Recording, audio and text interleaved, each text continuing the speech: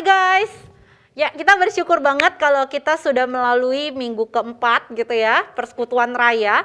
Tapi mari kita sama-sama ada satu hal yang menggembirakan sebagai sebuah komunitas yang saling membangun satu sama lain. Komunitas yang saling berbagi, entah dari kalian yang berbagi pertanyaan atau entah dari Cici Koko kalian yang berbagi pengalaman tentang kuliah di kampus-kampus swasta. Mari kita sama-sama menyediakan waktu teman-teman. Hari Minggu gitu ya, minggu kedua jam 3 sore, mari kita sama-sama ambil waktu, kita siapkan diri kita bukan hanya merencanakan, tetapi mari kita juga cari tahu. Ada kesempatan yang indah untuk kita dengar, kenapa kita tidak ikut gitu ya teman-teman. Ini satu kesempatan yang indah, satu waktu yang indah di mana kita bisa saling berbagi satu sama lain. Baik teman-teman yang SMP maupun SMA, atau mungkin yang dari kelas 6 sudah mau mulai gitu ya. Oh ya, saya tahu nih mau jurusan kemana gitu ya. Nah teman-teman, mari kita sama-sama join. Jangan lupa registrasi dulu teman-teman ya, karena linknya akan dibagikan via email kalian gitu ya. Jadi teman-teman tolong tolong tetap daftarkan diri teman-teman supaya kami juga punya data teman-teman dan kami bisa kontak teman-teman gitu ya. Jadi kita bisa ngobrol dari hati ke hati juga gitu ya teman-teman. Mari siapkan diri teman-teman hari Minggu kedua jam 3. Dan yang jangan pernah lupa juga teman-teman, kita sama-sama siapkan hati kita untuk kembali menjalani perjalanan rohani ini bersama dengan Tuhan. Perjalanan rohani yang penuh dengan naik turunnya, tetapi ingat Tuhan kita tidak pernah meninggalkan kita. Mari kita sama-sama ambil waktu, kita tenang di hadapan Tuhan, kita refleksikan hidup kita minta Tuhan sendiri yang mengungkapkan siapa diri kita. Kalau ada dosa, mari kita minta Tuhan yang mengungkapkan. Kalau ada kesalahan, minta Tuhan sendiri yang tegur kita. Dan biarlah ini menjadi perjalanan yang indah. Perjalanan kita bersama dengan pribadi Tuhan yang mengasihi kita. Mari kita berdoa, teman-teman.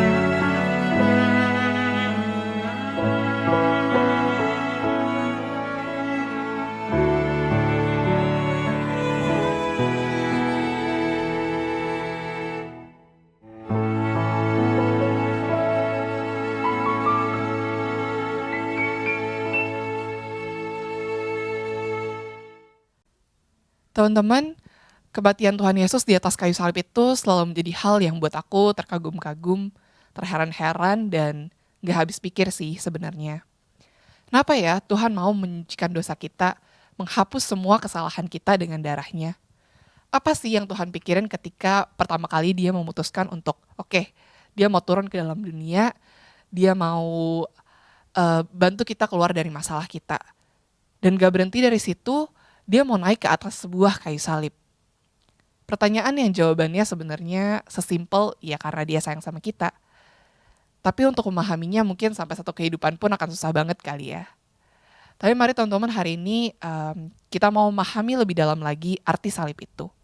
Biar arti salib itu boleh menjadi kekuatan bagi kita, menjadi pengingat bagi kita akan betapa besarnya kasih Tuhan.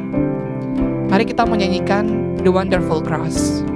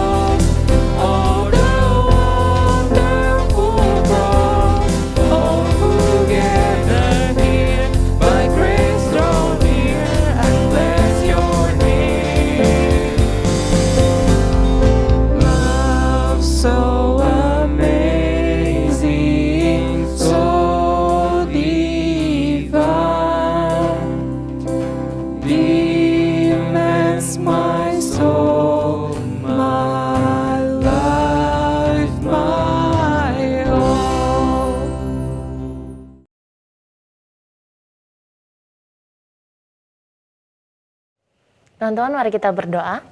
Bapa dalam kerajaan surga, kami sungguh ucap syukur ya Tuhan. Hari ini kami diberikan kesempatan kembali untuk mendengarkan kebenaran firman-Mu. Tuhan, Kau boleh pimpin dan sertai waktu pembicaraan kami. Biarlah setiap anak-anak-Mu boleh sungguh mengerti apa yang Tuhan ingin sampaikan kepada kami. Dan kami menyerahkan waktu ini dalam tangan kasih-Mu. Biarlah Tuhan yang pimpin dan Roh Kudus yang boleh menolong kami. Dalam nama Tuhan Yesus kami berdoa. Amin. Ya guys, kita akan sama-sama membaca satu bagian firman Tuhan terlebih dulu sebelum kita bergumul, kita mengalami pertumbuhan bersama dengan Tuhan. Ya, sekali lagi kita akan membaca satu bagian firman Tuhan yang terambil dari 1 Korintus pasal yang pertama ayat yang ke-18, demikian firman Tuhan. Sebab pemberitaan tentang salib memang adalah kebodohan bagi mereka yang akan binasa. Tetapi bagi kita yang diselamatkan, pemberitaan itu adalah kekuatan Allah. Nah teman-teman, nggak tahu loh Desi dan teman-teman kali ya, yang lagi menggandrungin drama Korea gitu ya, drakor. Sekarang itu ada drama Korea tentang detektif yang judulnya Mouse. Lo Desi tahu nggak nih sama teman-teman? Enggak, saya nggak ikutin nih loh. Oh belum ya? Nanti coba ikutin. Okay. Oh ya, nggak harus juga sih. Jadi di film ini gitu ya teman-teman, ini gue spoiler dikit ya gitu ya. Jadi di dalam cerita itu tuh diceritakan gini. Papanya tuh psikopat gitu ya, sampai dapat julukan headhunter gitu ya. Jadi dia membunuh banyak orang, kemudian dan menurut dokter yang meneliti di dalam cerita itu namanya psikopat itu gennya diturunin gitu ya. Jadi gennya diturunin dan jadilah anaknya tuh baby psikopat gitu ya. Nah si baby psikopat ini akhirnya kan udah bertumbuh gede 25 tahun, akhirnya dia kayak bapaknya gitu. Dan tapi di dalam pergumulan atau di dalam perjalanannya itu si baby psikopat ini berdoa sebenarnya gitu ya, berdoa sama Tuhan supaya dia itu tidak jadi monster gitu ya, tidak menjadi sama seperti papanya, tapi di dalam perjalanan kehidupannya dia menemukan bahwa dirinya akhirnya menjadi predator kayak papanya gitu, dan dia merasa marah sekali sama Tuhan. Kemudian setiap setiap dia melakukan pembunuhan gitu ya, setiap dia melakukan pembunuhan itu namanya juga psikopat gitu ya cerita itu ya. Jadi dia punya satu ciri, yaitu dia selalu mengarahkan jari tengahnya si ini ya namanya si yang dibunuh itu gitu ya sama salib gitu ya. Dia merasa wah nggak ada nih yang namanya Tuhan gitu ya. Sehingga dia mengambil sebuah keputusan, aku loh yang jadi Tuhan dan aku yang akan menghukum orang-orang yang tidak melakukan gitu ya, yang tidak melakukan dosa-dosa yang dilarang. Jadi contoh nih, Lo Desi itu harusnya marah gitu.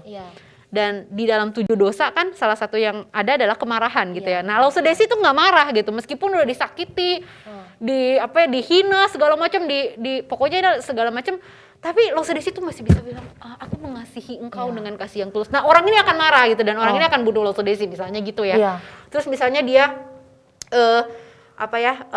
misalnya dia rajin bekerja gitu ya, dia rajin bekerja atau dia berbagi hartanya, tapi kemudian orang ini bilang gini, aduh orang ini bodoh nih gitu ya, dia melakukan apa yang firman Tuhan katakan, di mana sebenarnya Tuhan itu nggak ada gitu.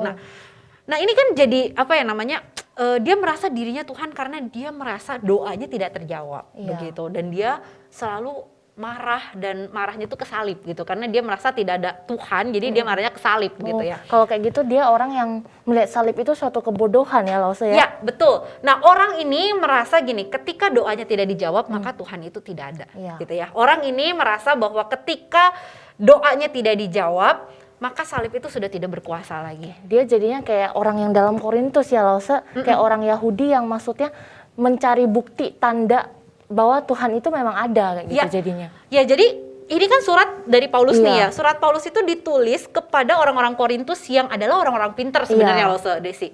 Bukan hanya pintar, tetapi orang-orang Korintus ini adalah orang-orang yang punya talenta gitu ya.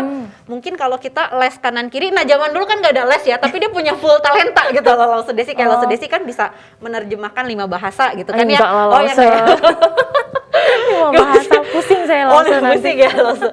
Nah jadi surat ini ditulis kepada yang sebenarnya orang-orang pintar yang melihat salib itu tidak ada esensinya dalam kehidupan kita. Dan kalau di film tadi itu ya, yang psikopat ini bukan orang bodoh loh Desi. Yang psikopat ini justru dokter bedah gitu ya, orang yang pintar gitu. Tetapi dia tidak bisa menemukan kebenaran atau keindahan salib, dan dia hanya melihat salib itu sebagai oh doa gue dijawab apa enggak gitu ya, kayak begitu loh Iya. Lause Desi. Nah jadi kalau kita lihat bahwa Paulus menulis ini surat ini kepada jemaat di Korintus, jemaat yang bukan orang bodoh, jemaat yang punya talenta, dia menulis gini, sebab pemberitaan tentang salib memang adalah kebodohan. Nah Lause Desi tahu nggak kenapa sih disebut kebodohan? Karena bagi mereka itu orang yang mati di atas kayu salib itu ada orang yang terkutuk, Lause. Iya benar, Iya. dia itu dianggap sebagai orang yang dihina atau ditolak oleh langit dan ditolak oleh bumi Iya. gitu ya. Nah selain itu jangan pernah lupa loh Desi, kalau orang Yahudi itu menganggap salib itu sebagai sesuatu yang memalukan. Iya, satu yang memalukan sih, Lause. Iya karena yang tergantung di sana itu gitu Adalah ya, orang-orang berdosa. orang-orang berdosa, orang-orang yang kalau mau dibilang kalau orang Roma itu bilang cuman budak gitu ya. Iya. Kita yang terpelajar ini nggak mungkin gitu disalibkan begitu ya. Iya. Apalagi yang tentang salib ini diberitakan adalah Yesus Kristus yang adalah Tuhan yang datang untuk menebus manusia gitu. Bagi mereka itu bagaimana mungkin gitu Allah menyatakan dirinya kepada seseorang yang maksudnya menyatakan kealahannya yaitu untuk seorang yang udah mati di kayu salib. Iya, jadi Iya. itu nggak mungkin banget gitu kan. Iya. Itu dianggap sebagai sebuah kebodohan. Tapi sebenarnya ya Lause Desi ya, kalau kita kalau Lause Desi mungkin udah lama gitu ya jadi orang Kristen, teman-teman juga udah lama gitu ya dari Iya. begitu brojol udah langsung haleluya gitu ya. Nah nyanyinya nangisnya udah haleluya gitu ya. Cuman maksud saya gitu ya, kita yang udah lama nih ya Iya. menjadi orang Kristen, kita yang udah bertahun-tahun mengalami apa yang namanya salib gitu ya, kita kembali dibawa ke Jumat Agung gitu ya. Jangan lupa teman-teman hari ini Jumat Agung gitu ya. Jangan Iya. karena online terus akhirnya kita lupa gitu ya tanggalan. Teman-teman ini Jumat Agung gitu ya. Dimana kita itu kembali diajak untuk memaknai salib Kristus. Ya mungkin kita cuma ngomong gini, ya salib itu berbicara tentang kasih. Ya itu memang benar. Tapi lebih dari itu teman-teman, dia bukan cuma berbicara tentang kasih, tetapi saya suka sekali nih dengan apa yang John Piper pernah katakan. Apa Salib itu? itu berbicara tentang dua tindakan Allah. Iya. Yang pertama, dia menyingkirkan murka Allah. Yang kedua, dia menyucikan hati kita. Iya, Lause. Dia mengampuni dosa kita. Jadi salib yang dianggap sebagai sesuatu yang kita mungkin saat ini bisa temukan dengan mudah di aksesoris apapun gitu ya. Di hiasan rumah mungkin gitu ya. Tetapi sebenarnya salib itu harusnya berbicara tentang sesuatu yang ada di dalam diri kita. Bagaimana salib itu menyingkirkan, menghapuskan murka Allah. Dan kalau mau dibilang dia menyucikan kita dari segala dosa dan kesalahan Iya. kita. Itulah kenapa Paulus sendiri dalam ayat firman Tuhan yang kita baca tadi itu dia mengatakan memang itu kebodohan bagi mereka yang nggak percaya, tetapi itu adalah kekuatan Allah bagi kita yang percaya. Jadi salib, ketika kita melihat salib, kita mengingat kasih Kristus yang begitu besar kepada kita. Kita mengingat bahwa di dalam Tuhan itu ada pengharapan kekal. Jadi kita kuat gitu loh, kita nggak menjadi orang yang lemah gitu. Kita diingatkan bahwa kita memiliki Tuhan yang begitu besar gitu loh. Iya benar. Nah yang menarik adalah begini Lause. Kekuatan Allah itu bukan berbicara tentang semua orang pasti dapat. Iya. Ini berbicara tentang the chosen people gitu ya. Jadi Anugerah loh. iya, anugerah Tuhan yang diberikan kalau kita bisa tahu, kita bisa mengalami kasih itu, kita bisa tahu nih, oh dengan gua melihat salib maka murka Tuhan itu ditiadakan gitu ya. Tuhan sudah menanggung murka Tuhan gitu ya. Dan yang kedua, kalau kita berbicara tentang hal itu, kita juga berbicara tentang pengampunan dosa, penyucian, maka itu berbicara tentang sebuah kekuatan yang kalau mau dibilang nih Lause, kita itu kan sebenarnya orang-orang berdosa ya. Iya. Orang berdosa itu apa sih yang pantas untuk kita dapetin? Nggak ada, kita dapatnya harusnya hukuman mati loh. Kutuk, bener Iya, nggak, Lause? kutuk kita. Tetapi apa yang kita alami? Setiap hari bukankah anugerah Tuhan Iya. nyata? Bahkan saat ini ketika kita bisa bernafas, kita bisa percaya Tuhan, lahir dari keluarga Kristen, itu sebenarnya anugerah. Supaya kita maksudnya mengenal Tuhan gitu loh. Iya, bahkan kalau kita mau sama-sama tahu, sama-sama kita selidiki ya, Lause. Kalau kita berbicara tentang salib ya, kemuliaan salib itu gitu ya. Salib itu kan dianggap yang hina, Iya. tapi sebenarnya itu menjadi sesuatu yang mulia. Salib itu menggambarkan sebuah kekalahan sebenarnya ya, Iya. Lause. Tetapi yang menarik adalah justru kekalahan itu menjadi sebuah kemenangan di Iya. atas dosa-dosa kita gitu ya. Nah, lo sendiri sih ketika berbicara itu, maka ini berbicara tentang sesuatu yang sangat harus amat kita hargai gitu Iya. ya. Kalau kita Tapi sering loh, kita lupa akan kasih itu. betul. Makanya tadi lagunya adalah oh the wonderful cross Iya. gitu ya. Wah, salib yang ajaib, salib yang bayangin yang harusnya kita dapat kutuk, kita Iya. akhirnya dapat berkat. Bahkan kalau ada gitu ya. Iya. Ini yang dibilang kekuatan itu tadi Lause. Kalau ada hal-hal buruk terjadi di sekitar kita Iya. gitu ya, Kita tetap kuat loh, kita tetap kuat. Iya. Kenapa? Karena kita percaya bahwa semua yang terjadi itu tidak akan pernah lebih buruk dari kematian Tuhan di atas Iya. kayu salib. Benar loh. Tuhan yang mati di kayu salib aja mengubah yang kalah itu menjadi menang Iya. gitu ya. Apalagi di sekitar kita ketika kita mengalami hal yang buruk, bahkan apalagi karena salib Kristus gitu ya, mengalami penganiayaan karena salib Kristus. Teman-teman, maka itu bukan berbicara kutukan Tuhan terhadap dirimu gitu ya, tetapi itu berbicara anugerah Tuhan. Kenapa? Karena Tuhan justru akan bisa mengubah itu menjadi sesuatu hal yang membawa kita pada kekekalan. Iya. Tapi ngomong soal ini ya Lause, tentang orang yang suka ngomong tentang salib itu ada kebodohan. Mereka nggak menyadari bahwa itu anugerah. Saya jadi ingat film ini Lause, The Case for Christ itu, yang Lee Strobel, Lause tahu? Waduh, yang ini saya nggak nonton, Nggak bukan nonton Korea nih. soalnya. Lause harus nonton. Oh iya, harus nonton juga ini, ya, oke. ini film Kristen Kok Lause. kita Ini film kenapa jadi Kristen. tukeran film nih ya? Ini film Kristen Lause. Nah, Lee Strobel ini dia adalah jurnalis terkenal. Dia pintar sekali Lause. Dan tapi suatu hari istrinya ini jadi percaya kepada Tuhan. Dan dia menganggap kepercayaan istrinya itu bodoh. Dia merasa itu percaya kepada Tuhan. Masa bagaimana mungkin ada seorang manusia dan mengatakan bahwa dia adalah Tuhan. Iya. Dia mau datang untuk menebus dosa manusia. Dia merasa itu adalah sesuatu yang bodoh gitu. Dan akhirnya tahu Lause apa yang dia lakuin? Selama 2 tahun dia menyelidiki Tuhan itu, dia ingin membuktikan bahwa Tuhan itu nggak ada. Dia mau istrinya itu nggak percaya, dan dia mau membuktikan nih Tuhan yang kamu percaya itu sama sekali nggak ada, nggak mungkin ada orang seperti itu gitu dalam dunia ini gitu. Dan akhirnya dia pergi, dia cari ahli sejarah, dokter, terus ahli-ahli Alkitab gitu loh. So, dia tanya selama 2 tahun dia meneliti apa yang terjadi loh. So, bukti itu membuktikan Tuhan itu ada. Nah, dalam hatinya itu sebenarnya dia mau menyangkali. Pikirannya secara pengetahuannya, rasionya dia mau menyangkali Lause. Tapi hatinya dia percaya. Selama 2 tahun akhirnya dia percaya. Tapi Lause, saya di situ nyadar loh. Dia percaya itu pun bukan karena kepintaran yang dia miliki Lause. Tapi anugerah Tuhan yang dinyatakan kepadanya sehingga dia akhirnya bisa percaya. Kenapa Lause? Karena kita manusia berdosa Lause. Kita nggak mungkin bisa dengan pengetahuan kita bisa mengenal Allah kita. Kecuali Tuhan sendiri yang menyatakan anugerahnya, baru kita bisa percaya. Nah teman-teman, ini juga mengingatkan kita, ketika hari ini kamu menjadi Kristen, kamu percaya dibaptis, itu juga bukan suatu kebetulan ya Lause. Ya. Itu semua anugerah gitu loh. Ya, benar. Lause ini berbicara tentang anugerah Tuhan. Sepintar-pintarnya orang, kalau dia tidak dapat anugerah Tuhan, maka dia tidak bisa memaknai akan salib itu. Iya.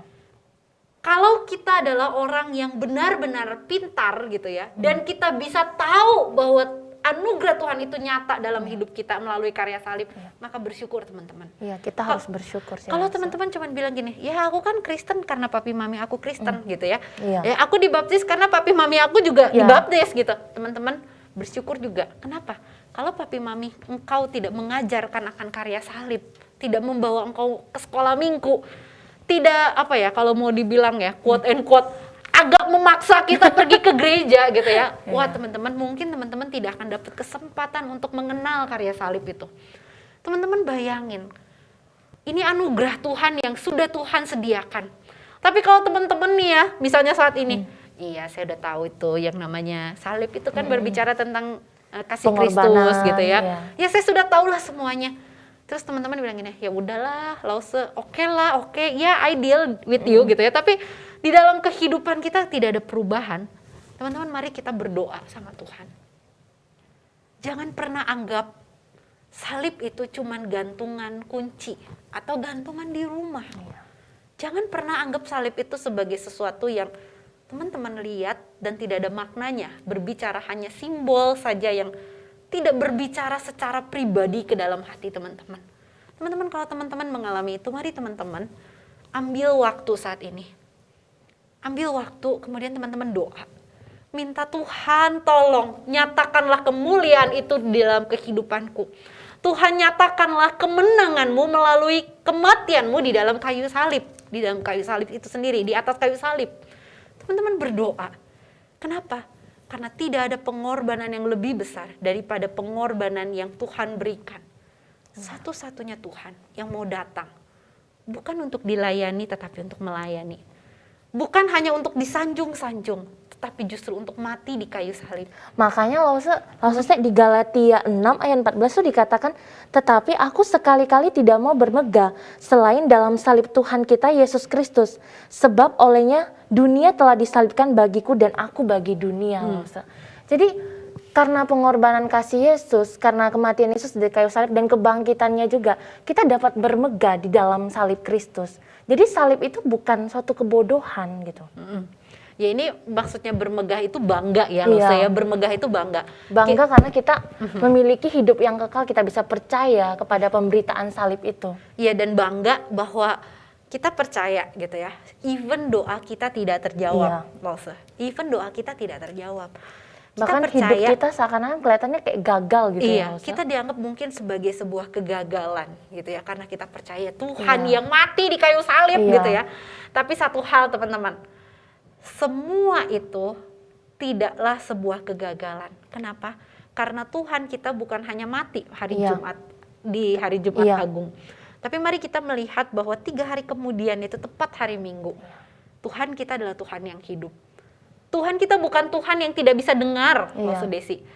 Sekalipun dia mati untuk menyatakan kemenangannya. Dan kebangkitannya menyatakan kemenangan total dia.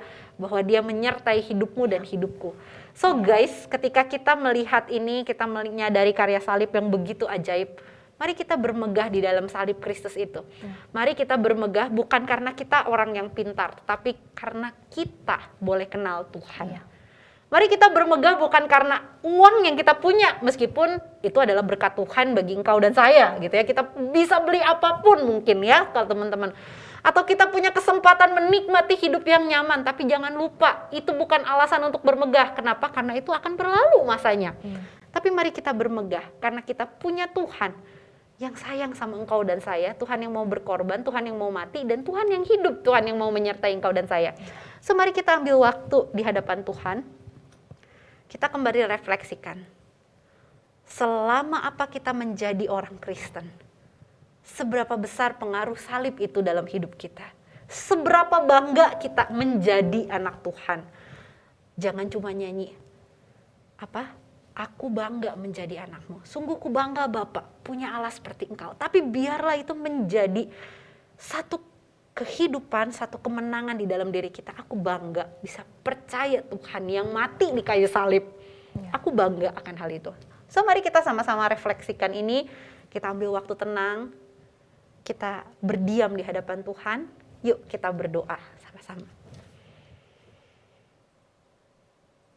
Bapa di dalam surga, terima kasih. Sekali lagi Engkau nyatakan anugerah-Mu bagi kehidupan kami melalui kematian Kristus di kayu salib. Sekali lagi kami diajak untuk kembali merefleksikan betapa agung karya-Mu, betapa ajaib pengorbanan-Mu, sehingga kami boleh bermegah, boleh bangga mengenal Engkau sebagai Allah yang hidup. Terima kasih ya Tuhan untuk semua kebaikan-Mu. Terima kasih Tuhan untuk karya-Mu yang ajaib. Biarlah kami menyerahkan ini semua ke dalam tangan Tuhan. Di dalam nama Tuhan Yesus Kristus, Tuhan yang hidup, Tuhan yang sudah mengalahkan dosa-dosa kami. Kami bersyukur dan berdoa. Amin. Amin.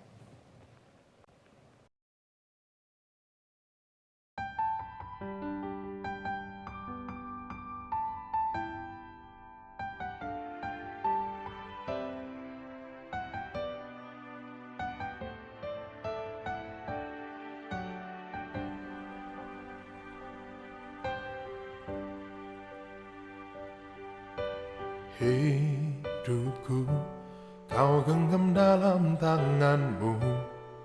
Kau telah datang ke dunia karena kasih-Mu bagiku. Kaulah Tuhan yang selalu menggenapi janjimu. Tak sedetik pun kau tinggalkanku.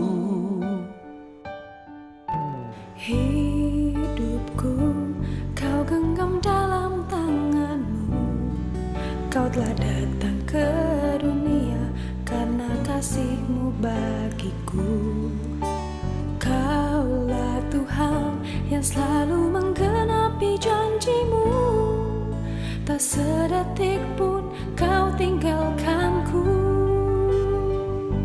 Saat aku tersesat dan ku menjauh dari-Mu, kasih-Mu bawaku kembali kepadamu. Oh Yesusku, betapa agung karya-Mu. Kau pulihkan hidupku, berharga di mata-Mu, jadi kesayangan-Mu. Sekalipun badai hidup menerpa, ku tak takut sebab Engkau berjalan bersamaku. Engkaulah Immanuel. Kuatku berharap, imanku percaya, Engkaulah Yesus, Juru Selamatku.